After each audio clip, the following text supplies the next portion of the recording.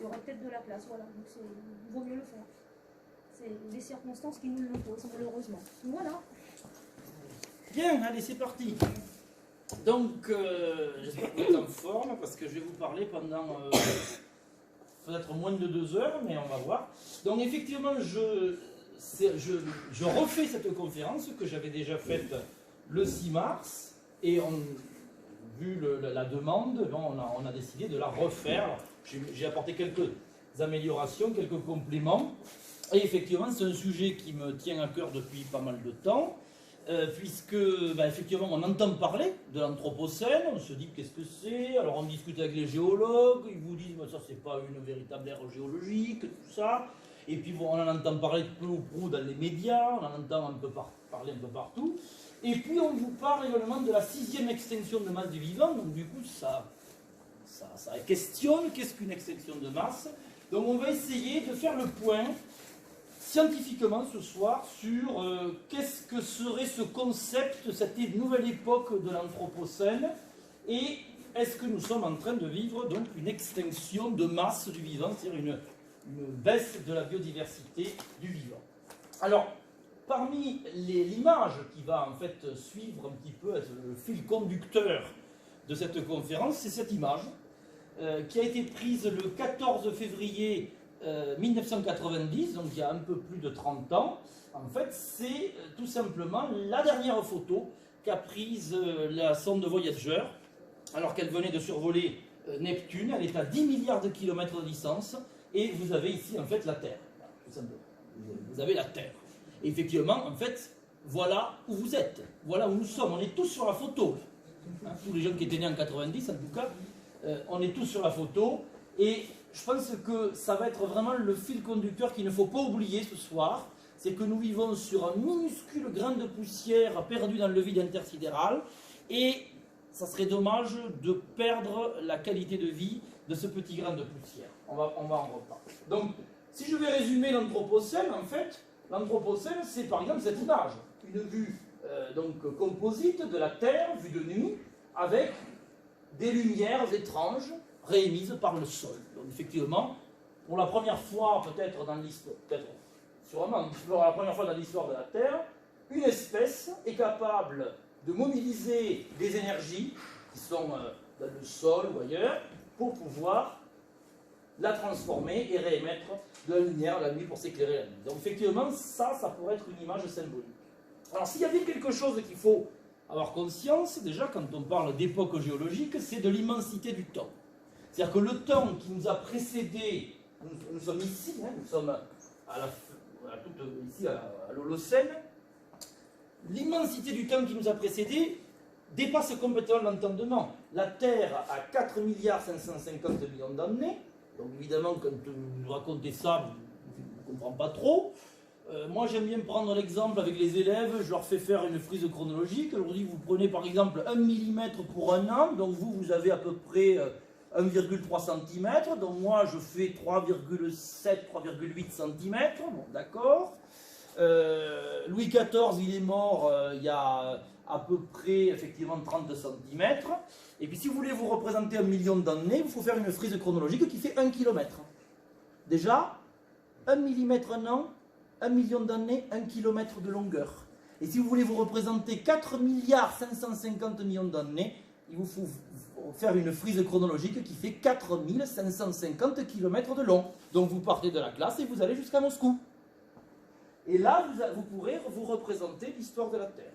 Donc vous voyez que le temps qui nous a précédé est immense, et vouloir créer une époque, évidemment, qui serait créée par l'activité humaine tout au long de cette longue histoire, pourrait paraître un peu présomptueux, et on va essayer de voir tout ça, qu'est-ce qu'on peut en raconter.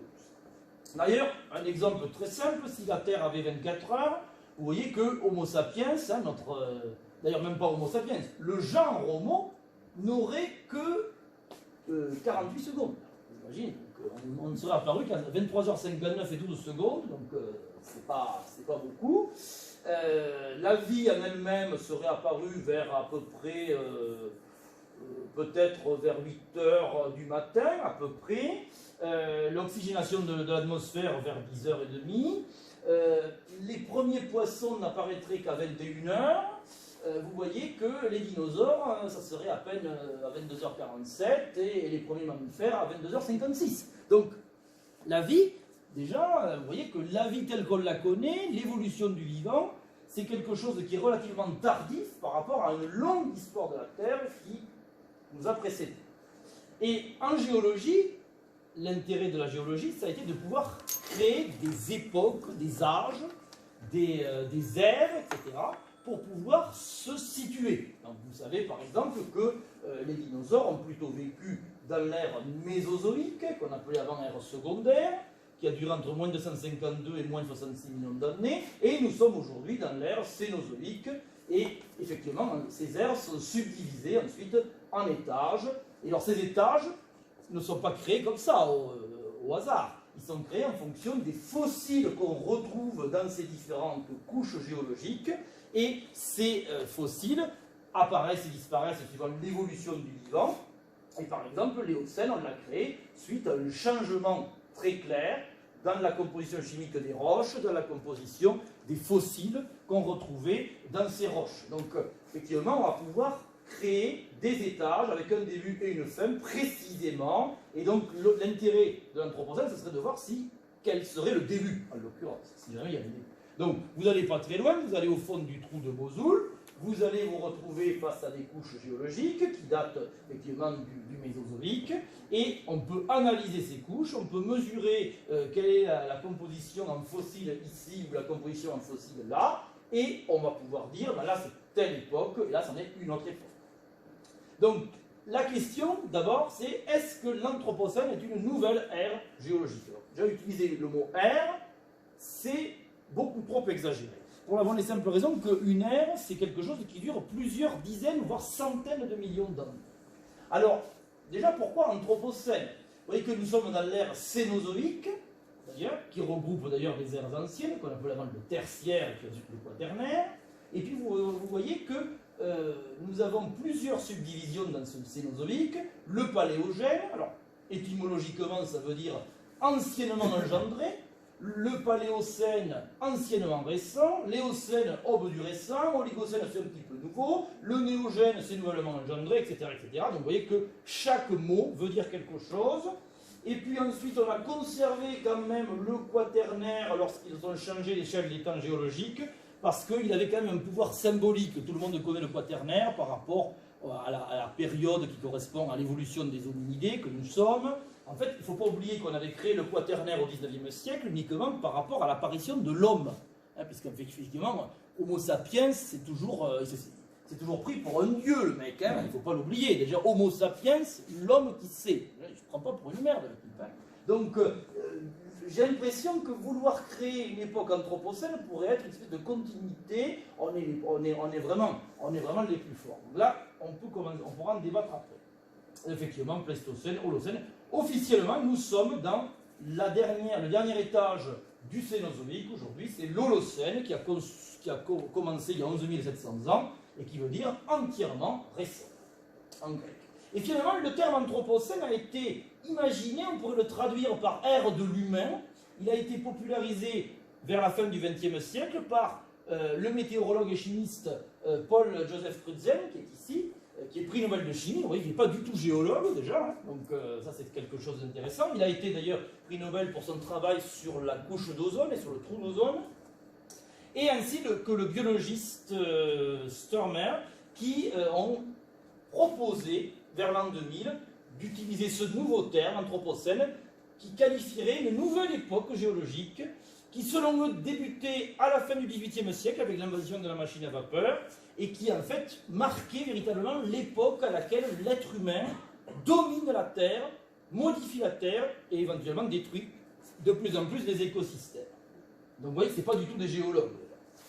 Mais toujours pareil, il faut relativiser par rapport à l'immensité des temps géologiques qui nous ont précédés. Donc parler d'une ère, alors que les ères précédentes, nous sommes notamment à l'intérieur de les ères paléozoïques, mésozoïques, cénozoïques. En fait, nous sommes dans le léon, on va dire, phanérozoïque, qui a commencé il y a 500 millions d'années. Donc il faut aussi relativiser la durée du temps. À notre échelle là, bien entendu, c'est vraiment ridicule. Donc, qu'est-ce qu'on fait quand on est géologue? On aime bien classer les roches. Et on va les dater, et on va surtout les dater précisément grâce à ce qu'on appelle des clous d'or. Qu'est-ce que c'est des clous d'or? Ce sont tout simplement des endroits où on va connaître parfaitement la composition chimique et fossilifère de la roche, et on va pouvoir surtout l'estimer, la dater précisément, et on va déterminer que cette roche sera ce qu'on appelle le stratotype, c'est-à-dire une couche tout à fait représentative de l'époque et qui va pouvoir marquer le début de la période géologique qui nous intéresse.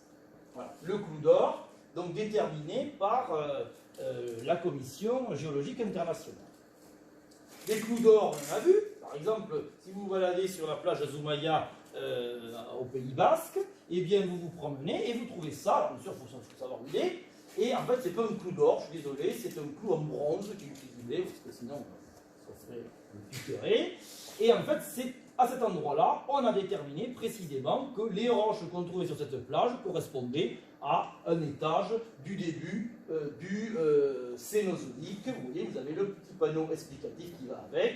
Donc on peut dire que là, cette roche marque très clairement le début de cet étage géologique, qui a 61 millions d'années. Du coup, on peut le faire pour tous les niveaux. Vous voyez que pour chaque niveau, nous avons effectivement des clous d'or. Certains niveaux n'ont pas encore leur clou d'or, parce qu'ils ne se sont pas mis d'accord. Et puis, donc, nous, dans l'Holocène, on voit qu'il y a déjà de nouvelles subdivisions, le mégalaïen, nord-gripien, greenlandien, on va en reparler tout à l'heure, qui ont été créées récemment, d'ailleurs, pour pouvoir à nouveau subdiviser l'Holocène, et qui, d'ailleurs, l'Holocène, qui correspond en fait à la période interglaciaire dans laquelle nous sommes depuis 11 700 ans. Quels indicateurs stratigraphiques pouvons-nous utiliser pour qualifier que nous sommes vraiment rentrés dans l'Anthropocène? Il faut vraiment un indicateur. Donc là, vous avez une vue d'artiste qui pourrait éventuellement indiquer dans le futur, parce que l'intérêt, c'est que le marqueur stratigraphique doit être périn, c'est-à-dire qu'il doit durer dans le temps. Imaginez qu'un géologue revienne dans 100 millions d'années, qu'est-ce qu'il trouverait de notre époque? Alors, il va trouver des poulets bizarres, une espèce de plantes bizarres, ou peut-être éventuellement des couches géologiques avec des poubelles. Qu'est-ce qui va rester? Question. Quelle empreinte notre espèce va laisser sur cette planète pour les générations et les millions d'années futures? Donc, je ne suis pas sûr que la carte bleue, le stylo bille, l'os de poulet a peut-être plus de chances de survivre, d'ailleurs on ne sait pas. Donc, un exemple, par exemple, de marqueur assez fort, vous avez ici les zones peuplées, densément peuplées, urbanisées, les zones semi-naturelles et les zones sauvages, en 1700, telles qu'elles ont été estimées, bien entendu, et voici l'évolution en 2000. On voit quand même très clairement une différence en 300 ans, avec une très forte artificialisation des terres, et ça, évidemment, c'est au niveau planétaire, et ça va laisser des traces, ça c'est sûr. Bon, bien sûr, ça ne va pas laisser des traces comme ça, bien sûr, c'était pour la blague, mais nos bâtiments, par exemple, nos bâtiments ne vont pas beaucoup survivre. Je suis désolé de vous l'apprendre, mais là, vous avez un magnifique tableau de Hubert Robert. Effectivement, nos bâtiments, si on ne les entretient pas, en quelques siècles, ils disparaîtront. Ça, c'est évident, ça ne laissera pas de traces. Vous avez ici un exemple avec le temple de Saturne à Rome. Effectivement, il en reste quelques morceaux qui ont été d'ailleurs plus ou moins remontés, mais sans entretien, le bâtiment le plus solide qui soit ne résiste pas beaucoup de siècles, et on peut imaginer, hélas, nos plus belles créations partir peu à peu en poussière, si jamais, bien sûr, il n'y avait pas d'être humain, sachant que l'être humain se charge bien assez tout seul de détruire ses propres créations. Désolé aussi, messieurs, dames, si vous avez prévu de traverser l'éternité à travers un mausolée extraordinaire, il sera aussi balayé par le temps. Alors, par contre, si j'ai un conseil à vous donner, c'est de vous faire enterrer plutôt dans des marécages, c'est une bonne idée, puisque votre squelette sera bien conservé, il aura la possibilité de se faire fossiliser, et j'espère que vous avez un joli dentier, puisque les dents, c'est le dernier truc qui survivra de vous. On retrouvera vos belles dents, probablement dans plusieurs dizaines de millions d'années, puisque l'apatite est particulièrement résistante, et ça c'est bien. Donc, de penser que mes dents, effectivement, vont survivre à moi plusieurs millions d'années, ça m'émeut. Donc ensuite, bien sûr, tout ce qui est ferraille, évidemment, à la Tour Eiffel, ça rouille, donc en quelques siècles, il n'y aura plus rien, bien entendu. Le béton, j'en parle pas, c'est quelque chose qui va s'abîmer très vite. Bien entendu, ce sont des visions de science-fiction, un petit peu des essais, des expériences de pensée, mais il faut bien se rendre compte que les plus extraordinaires constructions humaines seront balayées par le temps qui passe. Ça, c'est une évidence. Un exemple concret, vous allez à Pripyat, en Ukraine actuellement, vous reconnaissez peut-être le patelin, là vous avez la centrale de Tchernobyl, tout simplement. Toute la ville a été évacuée en 1986 et aujourd'hui la nature a peu à peu repris ses droits et de temps en temps vous avez un bâtiment qui tombe, etc. etc. Donc vraiment là on a une expérience en temps réel de ce qui pourrait se passer si jamais les villes étaient complètement abandonnées. Voilà la ville vue du ciel de Pripyat qui est restée une espèce à l'abandon combattant depuis 34 ans. Un autre exemple, bien sûr, les blocos, qui étaient quand même des édifices assez solides, Dutch Qualitat, comme on dit, eh bien, effectivement, eh bien, il commence à partir certaines dans l'océan, suite au recul des côtes, notamment, donc ça sera vite balayé. Un exemple intéressant, par exemple, Venise sera probablement un peu mieux placée pour être conservée parmi les vestiges fossilisés, puisque vous savez que Venise s'enfonce dans la vase, et on peut supposer que les magnifiques sculptures de la basilique Saint-Marc, et notamment ces mosaïques, qui sont une magnifique collection pétrologique exceptionnelle, seront probablement préservées pour plusieurs millions d'années. D'autant plus que vous voyez dans ce modèle d'élévation du niveau des mers pour les siècles à venir, eh bien, Venise sera bien sûr bien placée pour être inondée. Par contre, d'ailleurs, vous voyez que là, si vous habitez en Vendée, ça risque d'être un petit peu humide. Je ne parle pas des Pays-Bas, évidemment. Donc, parmi les monuments qui devront durer le plus longtemps possible, on peut l'imaginer, ce seront les pyramides, qui sont une énorme masse de roches que l'être humain a pris le temps d'accumuler et qui en plus sont dans le désert, donc assez peu soumis à l'érosion, notamment il n'y aura même pas d'érosion glaciaire et certains architectes ou géologues pensent que les structures pyramidales pourraient survivre facilement 100 000 ans. Donc c'est un exercice de pensée bien sûr, mais on peut supposer, mais est-ce bien suffisant pour marquer, bien entendu, l'Anthropocène? Un exemple, la tête de ce pauvre George Washington, qui est en granit, certes, c'est du solide, le granit, mais en fait, il perd 2,5 cm tous les 10 000 ans. 2,5 cm tous les 10 000 ans, ça fait un petit régime, mais qui est assez lent, mais ça veut dire que d'ici 1 million d'années, bien sûr, cette tête n'existera plus. Il faut bien avoir conscience de ça. Donc même les constructions qui peuvent paraître très solides ne le seront pas. Autre exemple, est-ce que les montagnes de déchets que nous produisons à longueur de journée nous survivront-ils? Évidemment, ils vont nous survivre. En tant qu'être humain, ils vont nous survivre. Mais combien de temps? Donc vous voyez qu'on en produit beaucoup de déchets. On en produit des centaines de kilos, bien sûr, par personne et par an. C'est absolument vertigineux, surtout dans les pays industrialisés, et vous en avez partout. En plus, on les envoie dans les pays pauvres, donc vous l'avez compris, et on peut faire de la barque, on peut faire du surf dessus, enfin, voilà. En France, il faut se rendre compte qu'on produit 354 kg d'ordures ménagères par habitant et par an. Donc ça, c'est quand même important. Voilà, on peut faire du surf, c'est sympa.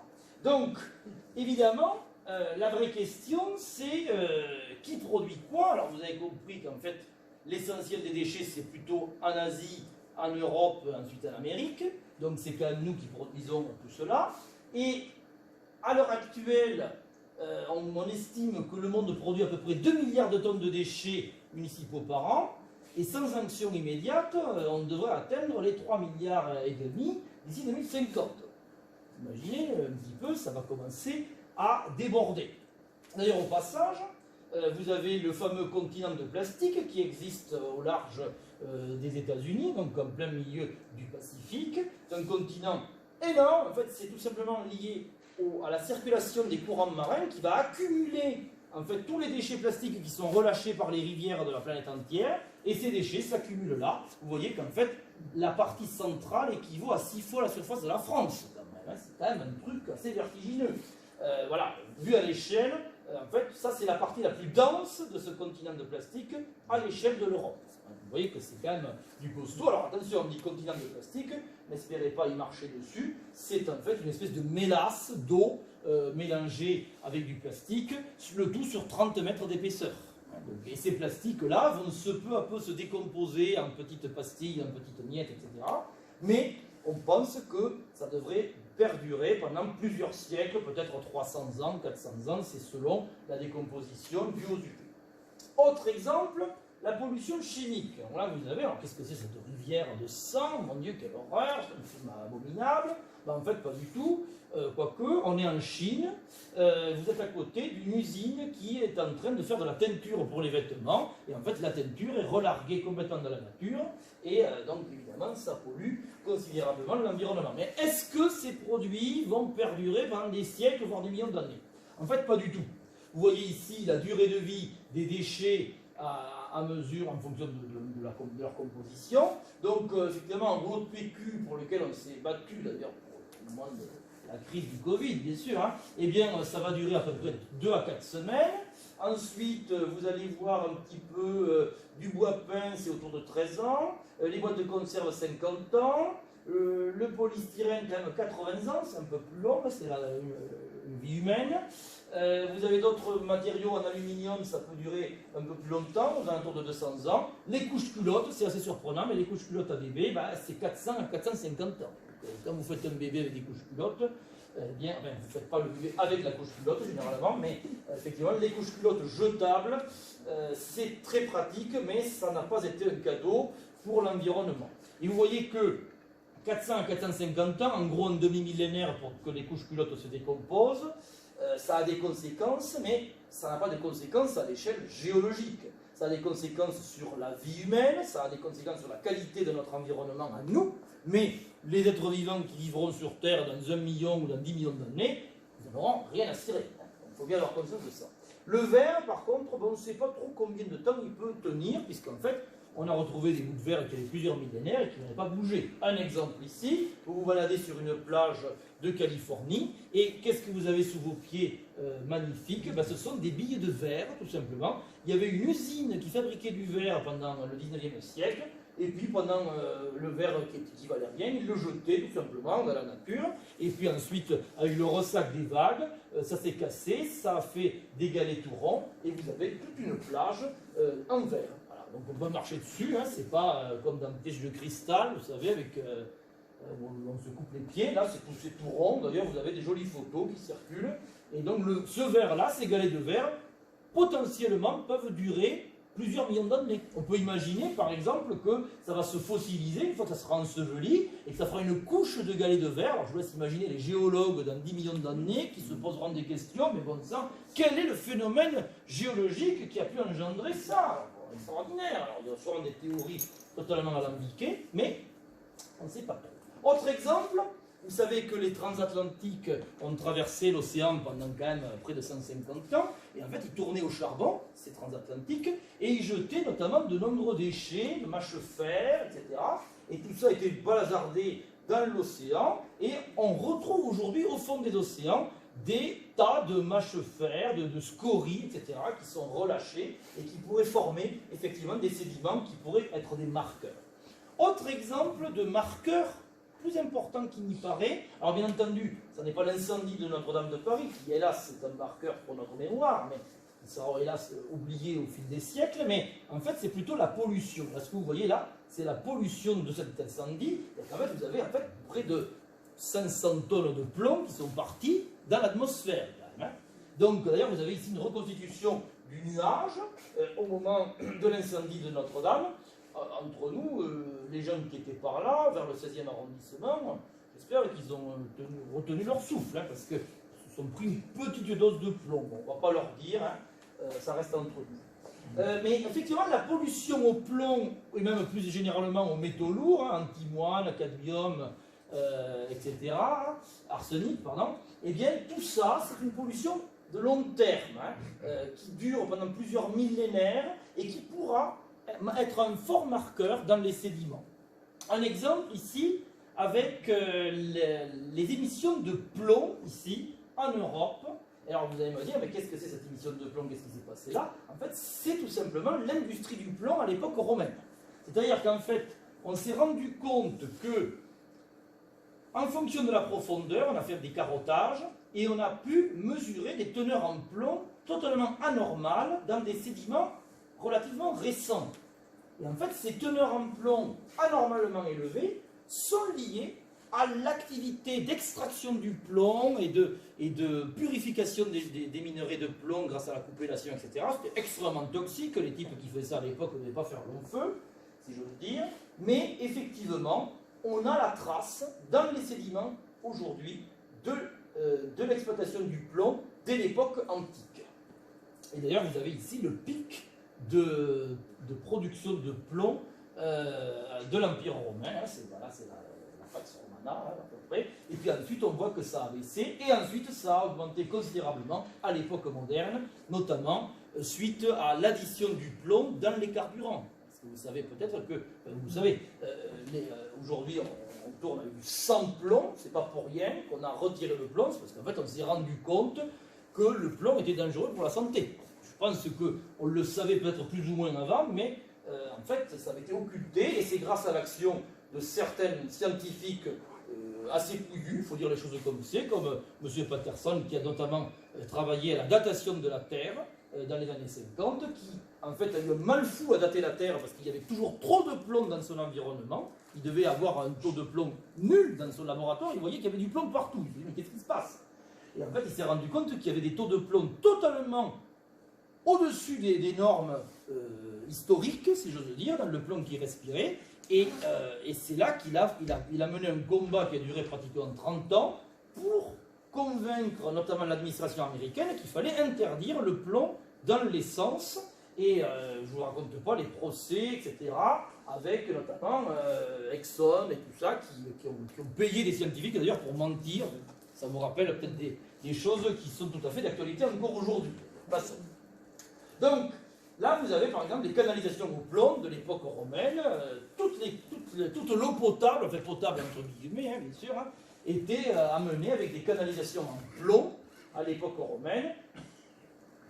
Pourquoi le plomb? Ils auraient pu utiliser le cuivre, mais en fait, le plomb, c'était tellement pratique. C'est un métal mou qui est malléable, qu'on peut travailler facilement. Le problème, c'est que certains même vont jusqu'à dire que le trop-plein de plomb dans la population romaine a pu peut-être entraîner une part de son déclin. C'est une hypothèse. Bon, voilà. Donc, on voit très bien ici ce trop-plein de plomb dans les gisements romains. Autre pollution, évidemment, c'est la plus actuelle, évidemment, parce que les Romains n'avaient pas de nucléaire, que je sache. Eh bien, vous avez bien sûr les déchets nucléaires. Donc, les déchets nucléaires, il y en a de différentes sortes. Certains sont les déchets, notamment médicaux, nucléaires, parce que vous savez qu'on utilise du nucléaire aussi pour faire le PET scan et tout ça. Eh bien, bon là, ça c'est quelques dizaines ou centaines de jours, ça c'est pas très grave. Les matériaux plus ou moins contaminés, ça peut durer quelques dizaines d'années. Et puis vraiment, les morceaux de réacteurs, les gros trucs bien irradiés, là, ça peut durer de l'ordre de 300 ans, voire même pour certains déchets, plusieurs milliers, voire millions d'années. Donc ça veut dire qu'on se retrouve avec des déchets nucléaires, il va falloir ranger quelque part, à des échelles de temps très problématiques. Parce que vous comprenez bien que si imaginez que vous deviez conserver un truc pendant 1 million d'années, où est-ce que vous allez le planter? Je vous laisse réfléchir, vous avez 2 heures devant vous. Donc, là ce sont les espérances de vie des différents radionucléides, donc éléments radioactifs, qui sont produits par l'industrie nucléaire. Vous voyez que certains ont une durée de vie donc de l'ordre du siècle, du millénaire, 10 000, 100 000, 1 million, voire 10 millions d'années pour le plutonium 242, le césium 135, c'est encore pire, l'iode 129, on ne sait pas jusqu'où il va, mais vous avez compris que là on produit on libère dans l'atmosphère des éléments radioactifs qui resteront et qui seront des marqueurs d'ailleurs assez forts. Hein. Ça sera vraiment une transition assez nette.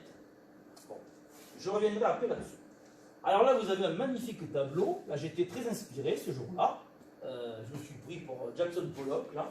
Je sais pas, non, je rigole. Donc en fait, tout ça, vous avez ici le produit de l'érosion, hein, le produit de l'érosion des sols. Là aussi, l'érosion des sols sera un marqueur très fort de l'activité humaine. C'est-à-dire qu'en fait, en déboisant complètement nos forêts, évidemment, quand il pleut, ben, la boue, elle s'en va, et tout ça part à la mer. Vous avez ici, par exemple, le delta du Rhône, et de l'Hérault, avec toute la boue qui s'en va à chaque orage. Donc ça va véritablement marquer aussi un niveau sédimentaire assez fort. On voit les coulées de boue, la boue qui se déverse dans l'océan, d'ailleurs qui est assez marquée ici, hein, vous avez le mélange des deux eaux. Et donc, quand on fait une reconstitution un petit peu de la quantité annuelle et de la granulométrie des sédiments, eh bien on se rend compte que, avec le déboisement et le développement de l'agriculture depuis 4000 ans avant Jésus-Christ, ben, ça n'a cessé de croître, pour arriver à un sommet après le Moyen-Âge, avec bien sûr alors, le défrichement complet donc des forêts européennes, et puis d'un coup, qu'est-ce qui s'est passé? Vers 1930, paf, ça s'est arrêté avec l'exode du rural, la construction notamment des grands barrages et la déprise agricole. Donc effectivement, dans les sédiments, on peut le voir ça. Donc effectivement, un géologue du futur pourrait se poser la question, mais qu'est-ce qui s'est passé en 1930? Il se grassera la tête, il élaborera des théories, bon, on pourra discuter éventuellement. Vous avez ici un autre problème, qui sera aussi un fort marqueur de notre époque, qu'on verra si on appelle l'anthropocène ou pas, c'est notamment l'acidification des océans. En fait, vous savez qu'avec la pollution, nous libérons énormément de CO2 en brûlant des carburants, du charbon, du pétrole et du gaz. Ce CO2 libéré dans l'atmosphère, puis ensuite ce CO2 se diffuse dans les océans, puisque les océans sont toujours en équilibre chimique avec l'atmosphère. Et ces océans finissent par, en gagnant trop de CO2, finissent par s'acidifier. Et ça pose un vrai problème, parce que l'acidification des océans va entraîner la mort du corail, notamment. Et là aussi, au niveau planétaire, on constate une mort accrue du corail qui ne peut plus calcifier correctement en raison de la modification du pH de la mer. Là, vous avez des barrières de corail qui sont en train de mourir. C'est assez inquiétant parce qu'on ne sait pas sur quoi ça va déboucher, parce que ça va changer complètement les écosystèmes. Autre exemple ici, ce n'est pas un nuage, hein, ce sont tout simplement des espèces de booms de cyanobactéries ou de coccolithophoridés, qui sont en fait des organismes unicellulaires qui fabriquent ce qu'on appelle un test, c'est-à-dire une espèce de coquille calcaire pour se protéger, et eux aussi commencent à avoir des problèmes pour synthétiser leur carbonate de calcium par rapport à l'augmentation de l'acidité des océans, et ça va se voir aussi à long terme dans les sédiments. Donc vous voyez qu'il peut y avoir déjà des indicateurs de long terme qui peuvent marquer le changement. Alors, parmi les événements, c'est toujours intéressant de voir ce qui s'est passé avant. Et on s'est rendu compte que, notamment, il y a à peu près 55 ans, à peu près entre 52 et 56 millions d'années, il s'est passé un événement climatique très étrange. Dans les données sédimentaires le voient très bien. Ce qu'on appelle un événement hyperthermique, hein, qui aurait été provoqué probablement par une espèce d'activité tectonique, on ne sait pas trop quoi. En fait, il faut se rendre compte qu'à ce moment, à cette époque-là, la température s'est mise à augmenter de 5 à 8 degrés. Il n'y avait plus de glace au pôle d'après les traces sédimentaires qu'on a pu voir. Et il y a eu surtout de nombreuses extinctions de la vie et ensuite une diversification biologique par la suite. Et donc ce PETM, cet événement hyperthermique qu'on peut voir très clairement ici par une anomalie, hein, ça fait comme un pic, peut-être que ce phénomène qui est totalement naturel à l'époque, peut-être que c'est un petit peu ça que nous sommes en train de vivre aujourd'hui, mais pas pour des raisons totalement naturelles, peut-être en raison de l'activité humaine. Ça, on peut toujours en discuter aussi. En tout cas, cet événement hyperthermique a quand même marqué la fin du Paléocène et le début de l'Éocène. Donc, peut-être que l'événement que nous sommes en train de vivre aujourd'hui, l'événement anthropocène, serait peut-être la fin d'une époque et le début d'une autre. On va voir un petit peu tout à l'heure la nuance. Donc là, je vais passer parce que j'ai beaucoup trop de choses à vous raconter. Simplement, on mesure ça grâce à des rapports isotopiques du carbone. Vous savez que le carbone est présent sous plusieurs formes isotopiques. Vous avez le carbone 12 qui est le carbone classique. Vous avez le carbone 14 que tout le monde connaît qui est instable et radioactif. Et puis vous avez aussi le carbone 13 qui est entre les deux et qui lui est stable. Et enfin, en fait, en fonction de la teneur en carbone 13 ou en carbone 12 dans les sédiments, on peut estimer l'activité biologique, l'activité photosynthétique, etc., etc. Et en fait, on se rend compte que lorsqu'il y a une baisse de ce delta C13, c'est caractéristique d'une baisse de la biodiversité, d'une disparition du vivant, et donc ça atteste d'une crise biologique à ce moment-là. Vous voyez que c'est assez intéressant de s'intéresser aux isotopes, parce que ça permet de reconstituer les variations de biodiversité du passé, et donc on voit manifestement qu'il y a eu une petite crise à ce niveau-là, à la fin du Paléocène. Et d'ailleurs, on voit qu'on estime, bien sûr, une estimation, que les températures mondiales à l'époque ont dû augmenter considérablement, plus 8 degrés ici, plus 5 degrés au niveau des pôles. Vous voyez que c'est quand même du costaud, c'est à peu près du niveau du réchauffement qu'on nous promet pour ce siècle. La petite nuance près, c'est qu'à l'époque, la Terre s'est réchauffée de 6 degrés en 20 000 ans, ce qui est considérablement rapide, bien entendu, à l'échelle de l'histoire de la Terre. Et ensuite, il a fallu 150 000 ans pour que l'excès de carbone soit réabsorbé et que la Terre se refroidisse. La nuance près, c'est qu'aujourd'hui, on nous promet 6 degrés en un siècle. Hein. Donc, c'est pas pareil, 6 degrés en 20 000 ans et 6 degrés en un siècle. Ce n'est pas du tout le même rythme et bien entendu, les conséquences sur la biosphère ne seront pas du tout les mêmes. On le voit à l'époque, ça a entraîné, je reviens en arrière, un changement des écosystèmes. On avait un écosystème comme ceci, puis ensuite les fossiles nous montrent un écosystème beaucoup plus sec, avec d'autres animaux, puis ensuite un retour de la biodiversité une fois que la crise était passée. Donc ça, c'est des indicateurs que la géologie peut nous indiquer, et éventuellement que notre époque pourrait être retrouvée dans les sédiments plus tard. Pourquoi pas? Autre exemple également qui sera un fort indicateur de la crise actuelle, c'est la disparition des requins. Alors les requins sont tout simplement exterminés.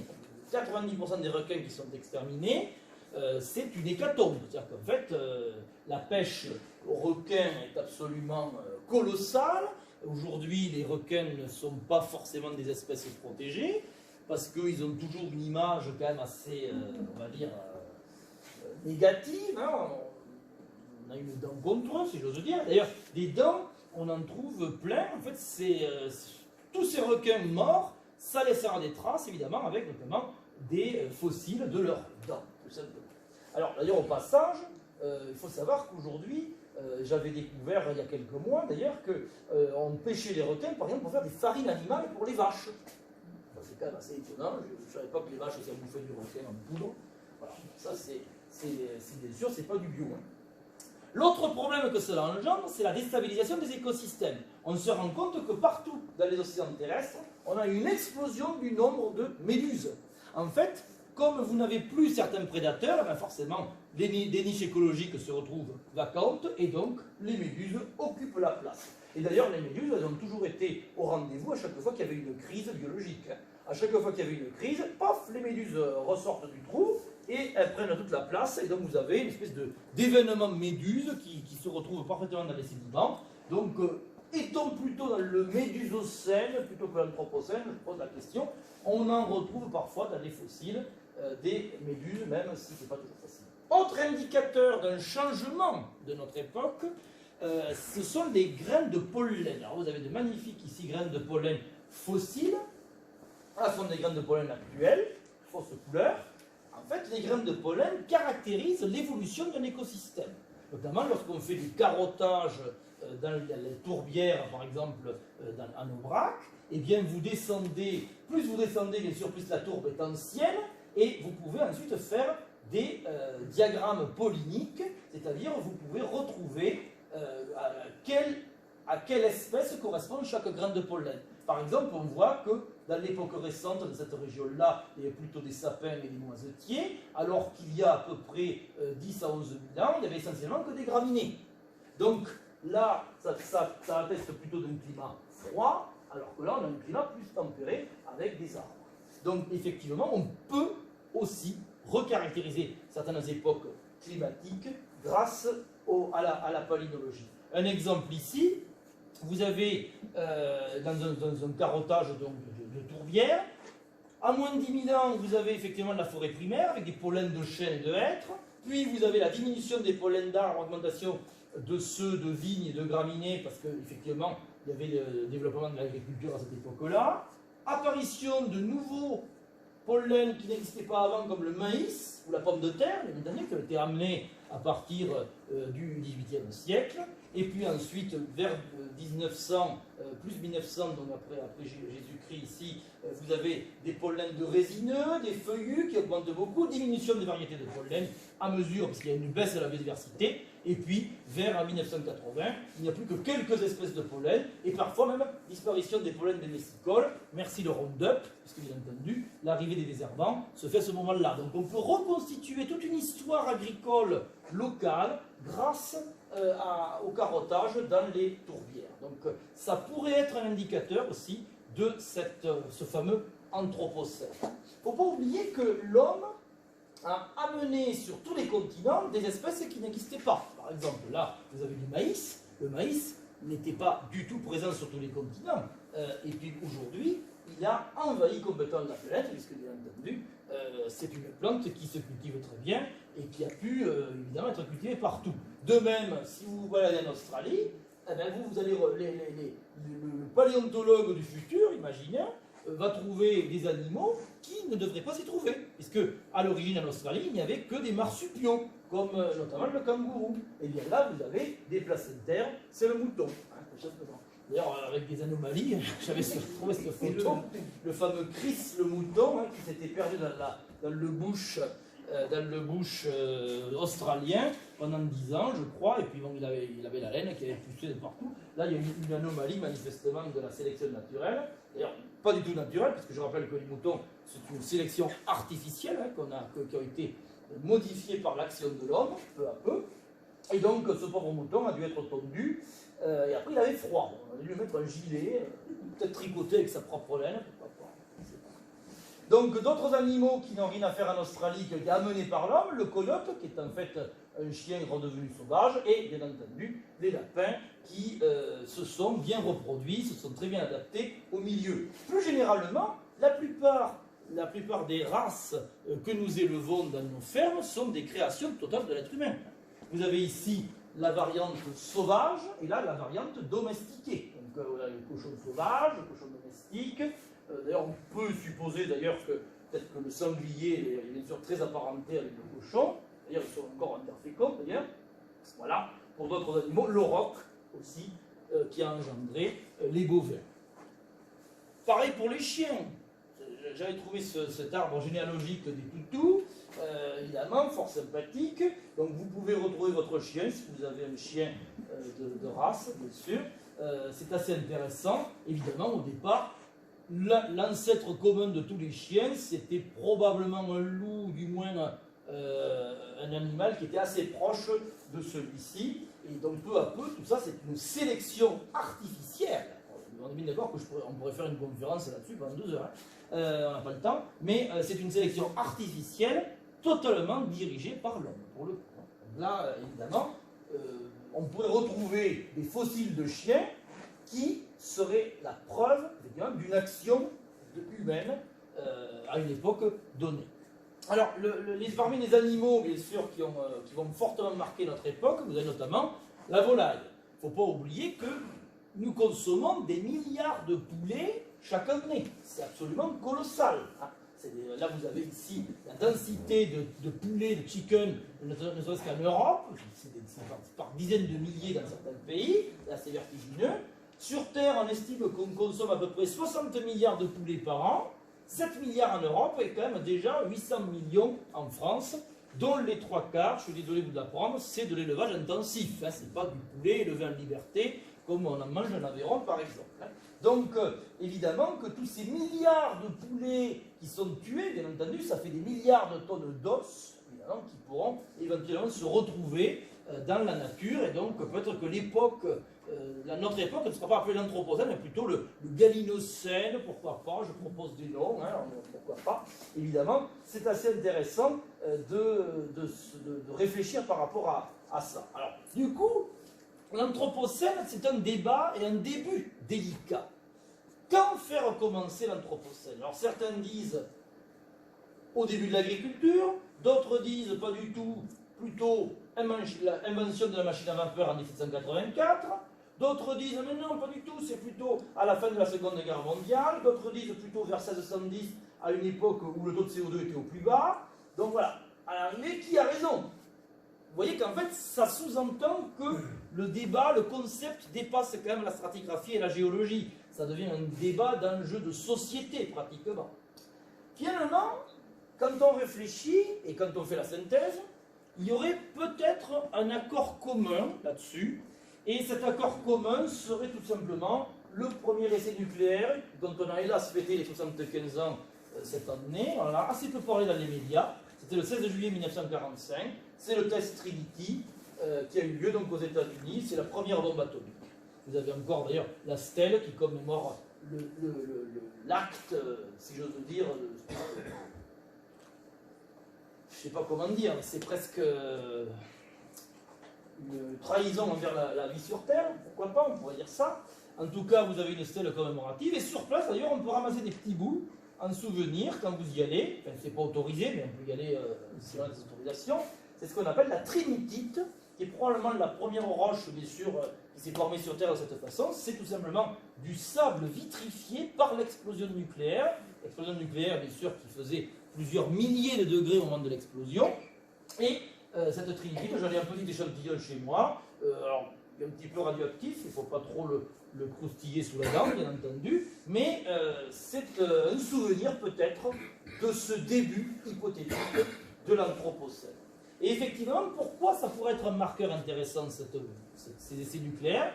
Parce qu'en fait, la radioactivité produite par les essais nucléaires, elle est restée dans l'atmosphère et elle s'est ensuite déposée dans les sédiments. Ceux qui étaient nés déjà entre 1945 et 1955 se sont pris une dose de radioactivité qui n'existe plus aujourd'hui, notamment. Il ne faut pas l'oublier. Ça, c'est quelque chose qu'il faut bien avoir conscience, et cette radioactivité restera dans le sol et dans les sédiments pendant plusieurs millions d'années. Vous avez ici, tout simplement, la puissance ici des bombes atomiques à partir des années 50, et notamment avec l'augmentation de la radioactivité. Donc, je vais avancer un petit peu. Effectivement, en gros, dès 1950, ça va être la course au nucléaire entre la Russie et les États-Unis, et donc il va y avoir un festival d'explosions atomiques, avec ici notamment un cratère qui fait 100 mètres de large, on va s'imaginer, notamment des explosions à hydrogène, bombes à hydrogène. Donc là, vous avez la première bombe, et en fait, ça va véritablement exploser, si j'ose dire, à partir de 1951. Et d'ailleurs, ce n'est pas un hasard si, dans les datations absolues, je ne sais pas si vous connaissez le concept de datation absolue, lorsqu'on fait des datations au carbone 14, on date toujours par rapport au présent. C'est toujours marqué before present. En fait, le présent dans la datation au carbone 14, ce n'est pas le présent d'aujourd'hui. C'est le présent de 1950, c'est-à-dire avant les essais atomiques, puisque tous les essais qui ont été faits après 1950 ont tellement contaminé l'atmosphère terrestre en carbone 14 que ça modifie complètement la datation au carbone 14. Tenez-vous bien, je vous passe le texte ici. Il faut bien se rendre compte que un mur construit en 1950, avec la radioactivité qu'il a pris, apparaîtra daté de l'an 7000 par les archéologues du futur. C'est-à-dire que ça a modifié complètement le chronomètre radioactif du carbone 14 en raison de ce trop-plein de carbone 14 qui a été produit par les essais nucléaires atmosphériques. Et donc ça, à mon avis, d'après tout ce que j'ai pu lire là-dessus, du coup, ça me paraît être un indicateur vraiment planétaire, en plus, parce qu'il faut que ça soit planétaire, un indicateur, pour marquer symboliquement, bien entendu, le début d'un hypothétique anthropocène. Donc voilà, en gros, 1950, je dirais que ça pourrait être vraiment la date d'entrée officielle d'anthropocène d'un point de vue marquage radioactif. C'est assez intéressant par rapport à ça. Et d'ailleurs, pourquoi on pourrait choisir 1950? Parce qu'à partir de 1950, vous avez un emballement, ce qu'on appelle la grande accélération. Vous voyez ici tout qui s'emballe. La population mondiale qui augmente exponentiellement, la population urbaine, la consommation d'énergie primaire, les grands barrages qui sont construits, le PIB, les investissements, le méthane, enfin, tout augmente de manière exponentielle. Les gens qui sont nés dans les années 50, sûrement une partie de cette pièce, eh bien, vous êtes né dans une époque de forte croissance, de forte consommation, ce qu'on appelait tout simplement les 30 glorieuses, et ça a véritablement marqué un tournant dans l'histoire de l'humanité. Donc voilà, en gros, ces essais nucléaires, donc ici la fameuse Tsar Bomba, 50 mégatonnes, absolument cataclysmique. L'Anthropocène est-il maintenant une nouvelle crise climatique? Dans des crises climatiques, il y en a eu énormément par le passé. Vous voyez que nous vivons une époque très particulière, puisque nous sommes ici dans une période plutôt froide, en fait. Et des ères glaciaires, il y en a eu quelques-unes avant nous, mais qui étaient quand même plutôt rares dans l'histoire de la Terre, globalement, la Terre était plutôt chaude. Donc, quand on voit d'ailleurs l'évolution des températures depuis 65 millions d'années, vous voyez ici que la température a une tendance globale à la baisse. Donc ça, c'est quelque chose aussi qu'il faut bien noter. Au passage, ces changements climatiques n'ont pas été contrôlés par un être vivant en particulier. En fait, le principal acteur du contrôle du climat, c'est la tectonique des plaques à l'échelle des millions d'années. Un exemple ici, avec l'ouverture du passage de Drake entre l'Argentine et l'Antarctique, qui s'est ouvert à peu près vers 32 millions d'années, 25 millions d'années, et qui a ouvert véritablement la circulation circumpolaire autour de l'Antarctique, entraînant la glaciation complète de l'Antarctique et l'entrée de la Terre dans l'ère glaciaire dans laquelle nous sommes encore aujourd'hui. Il ne faut pas oublier que c'est grâce à des phénomènes tectoniques comme ça qui ont modifié le climat planétaire que nous existons aujourd'hui. Ça, c'est quelque chose aussi qu'il faut bien avoir conscience. C'est-à-dire que Homo sapiens est le fruit d'une longue évolution qui a commencé chez les primates il y a environ 7 à 8 millions d'années, suite à un refroidissement climatique en Afrique, qui a ensuite engendré l'émergence de notre lignée. Et ce refroidissement climatique a été probablement causé par ces réajustements de la circulation thermohaline, la circulation des courants marins, suite à l'action de la tectonique des plaques. Donc ça, c'est quelque chose qu'il faut bien avoir conscience. De même, les chaînes de montagne, comme l'Himalaya, énormes chaînes de montagne, ou les Andes, sont des actrices de la régulation du climat. Puisque les roches, lorsqu'elles sont soumises à l'érosion, vont en quelque sorte consommer du CO2 à l'atmosphère et donc retirer un peu de gaz à effet de serre et ainsi baisser la température du climat sur la planète entière. D'ailleurs, vous avez des exemples ici. Regardez, l'orogénèse panafricaine qui avait fait baisser ici le taux de CO2 de l'atmosphère il y a à peu près 600 millions d'années. Vous avez une baisse très spectaculaire du taux de CO2 avec l'orogénèse hercynienne et ensuite aujourd'hui l'orogénèse alpine qui entraîne également une baisse du CO2.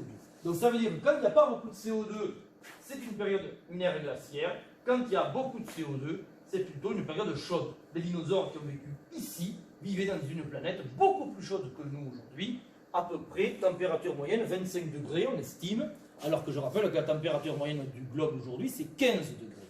Donc vous voyez que le réchauffement climatique, les dinosaures, ils ont plutôt apprécié, puisque ça leur a permis d'évoluer pendant 150 millions d'années. Passons. Donc, si je zoome un peu plus, là, je zoome sur les 5 derniers millions d'années, je me rends compte effectivement que la tendance est plutôt à la baisse au niveau des températures, mais je vois comme un bruit de fond, là. Il y a plein de variations très bizarres. Eh bien entendu, les astronomes que vous êtes me diront, mais évidemment, ça c'est les cycles de Milankovitch, évidemment.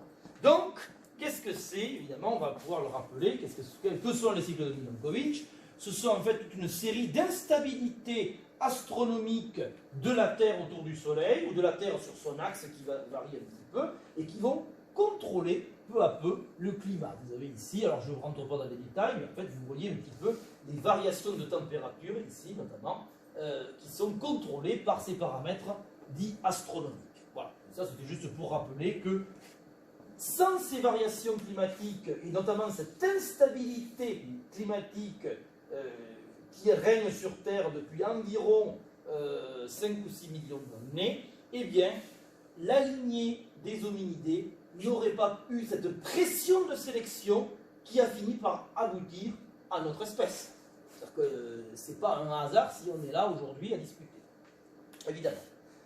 Donc, au passage, notre espèce qui est apparue il y a environ 300 000 ans en a connu d'autres. Vous voyez que nous avons connu des périodes très chaudes, très froides, et tout ceci a alterné suite, évidemment, à ces cycles que je vous décris, ces cycles astronomiques de Milankovitch. Voilà une autre représentation, les 650 derniers milliers d'années, où on voit, donc là nous sommes ici aujourd'hui, hein, c'est la période chaude, c'est l'Holocène, l'interglaciaire Holocène. Vous voyez qu'auparavant nous étions dans une période glaciaire qui a duré à peu près 100 000 ans, puis il y avait un autre interglaciaire avant, puis glaciaire, puis interglaciaire, etc. On a bien cette alternance de climat chaud, du moins tempéré, et de climat froid, qui sont contrôlés par les positions de la Terre autour du Soleil. On le voit très bien dans les sédiments, ici toujours à Zoumaya, où on voit très clairement cette alternance périodique des sédiments, ici, qui attesterait de ces cycles astronomiques. Hein. Donc on les voit très bien. On peut même dater, vous voyez là ça remonte, ça fait 23 000 ans. Ça c'est un cycle de 23 000 ans. Donc c'est assez marrant parce que quand vous marchez à cet endroit-là, vous pouvez vous avancer d'un pas. Ah, j'ai fait 23 000 ans. Ah, 23 000 ans, ça c'est extraordinaire. C'est assez jouissif. Chacun ses petits plaisirs. Passons. Donc voilà un petit peu les différents paramètres de Milankovitch. Je n'ai pas trop le temps de rentrer dedans. C'est juste pour vous expliquer que la Terre n'est pas très stable. Vous avez l'orbite terrestre qui n'est pas toujours à la même distance du Soleil. Suite à l'action de Jupiter et de Saturne et de Vénus également. Hein. Donc vous voyez qu'en fait c'est comme un jeu de billard en fait le système solaire, hein, où toutes les planètes vont interagir entre elles et vont modifier légèrement leur trajectoire. Vous avez l'obliquité qui varie un petit peu, qui est actuellement de 23 degrés mais qui peut varier plus ou moins de degrés. Et puis vous avez également la précession des équinoxes, c'est-à-dire qu'en fait l'axe de rotation tourne sur lui-même telle une toupie fatiguée et donc va modifier la position des saisons par rapport à l'orbite autour du Soleil. Et ça va avoir un effet très important sur le climat au fil du temps. Autre effet, bien entendu, je vous ai dit qu'il y a à peu près 11 000 ans, nous sommes entrés dans la période interglaciaire de l'Holocène. Et bien vous voyez que dès 18 000 ans dans le passé, on peut le voir par une élévation du niveau des mers. C'est quand même assez spectaculaire parce que vous voyez que le niveau des mers, il a considérablement monté entre moins de 18 000 ans et l'aujourd'hui. Le niveau des mers est monté de 100 mètres ici sur ce graphique. En fait, il est monté même un peu plus que ça. C'est pour ça notamment que nos ancêtres pouvaient rentrer à pied sec dans la grotte Cosquer, donc qui est au niveau des Calanques marseillaises. Ils entraient par la steppe à l'époque et ils pouvaient aller faire leur petite peinture dans la grotte. Aujourd'hui, l'entrée est à peu près à 18 mètres, je crois, sous le niveau de la mer. Donc Henri Cosquer, en 88, il est rentré par là. Il a nagé dans la galerie inondée et hop, il est remonté. Et là, ah, il a trouvé la grotte. Extraordinaire histoire. L'entrée est quelque part par ici, sous le niveau de la mer maintenant. Et qu'est-ce qu'il trouve en plus? Il trouve un pingouin, le mec, dessiné dans la grotte. Alors le type, c'est complètement mythomane. On ne l'a pas cru. On ne l'a pas cru. On a dit c'est un fake news, comme dirait l'autre là. Non, pas du tout. On a pris un petit peu de carbone, parce que c'était fait avec du charbon de bois. On a daté et on a vu que ça avait 26 000 ans. Donc c'était pas Henri qui l'avait fait. Donc vous voyez que c'est assez intéressant. Autre chose qui a permis aussi, l'humanité a pu conquérir en quelque sorte l'ensemble des continents.